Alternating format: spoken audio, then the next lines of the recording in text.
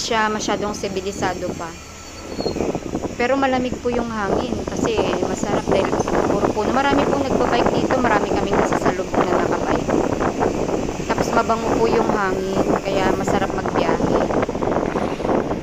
Hindi ka maiinip, marami kang makikita. At saka karamihan po sa madadaanan yung mga puno, puro puno ng saging. So yun po talaga yung ikinabubuhay nila dito, pagbibenta ng saging. Iba-ibang klase, pero karamihan puro saging na sabay yung nakita namin. So yan, dire-diretso lang po, puro puno po yung madadaanan natin. Wala pang, may mga bahay pero mangilan-ngilan lang po. Yan, diretso lang po tayo. Ito po, rough road na po ito, papunta kila tatay. Sa loob pa po siya. Bako-bako pa po yung ano, yung kalsada nila. Sa loob pa po kasi sila, buti nga po inaabot na sila ng kuryente eh. Pero tubig nila, wala pa po silang mga nawasa dito. So, eto na po tayo.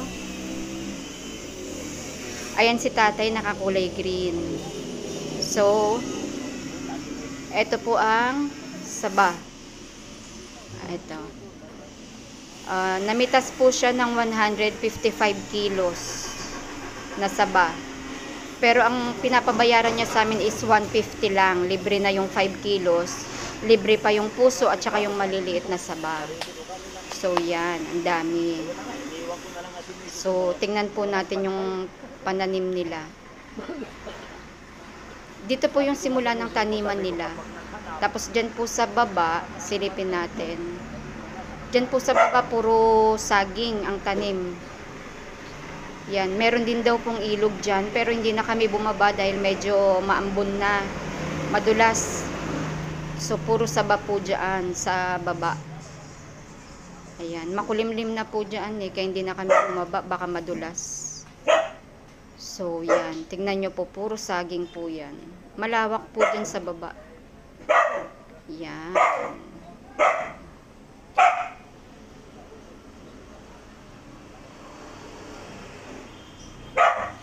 Ayan, isasalansan na po namin sa sasakyan yan.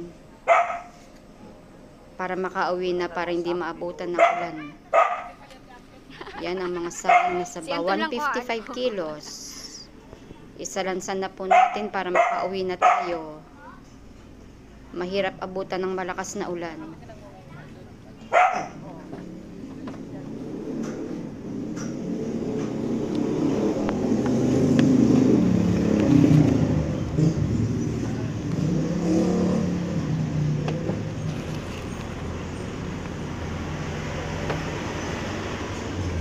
Nung nakaraan kasi nakasako na po siya eh, bago kinilo. Ngayon kasi, isasalansan na lang daw dahil naubusan ng sako. So, isalansan na lang natin. Mas maayos din para hindi napipipi lahat. So, yan na po lahat yon, 155 kilos.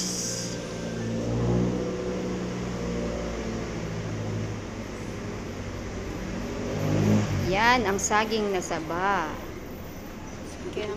Pati itong puso. Sa loob na lang po itong puso ilalagay. Hindi na kasya sa likod eh.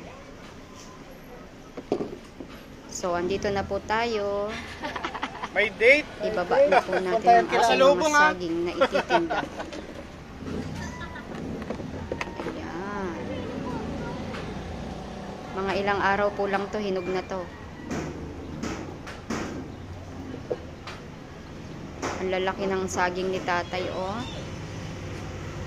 Diba si tatay, ang lalaki ng saging.